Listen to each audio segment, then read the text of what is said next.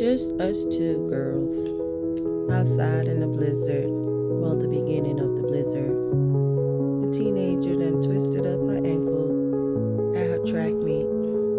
She was bummed about it, but here I'm at, outside with her, running from urgent care to urgent care to get an x-ray. Yep, and the blizzard is coming. But you know what? My job is always 24/7. There's no breaks.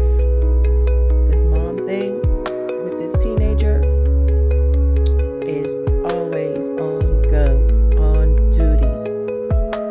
Well, she's gonna be okay. She just needs to rest, ice, and take it easy for the rest of the week. We'll see how that goes. Thank you, Lord, that it's not broken. But gosh, I'm broken. I'm so tired and hungry. I should be cooking dinner.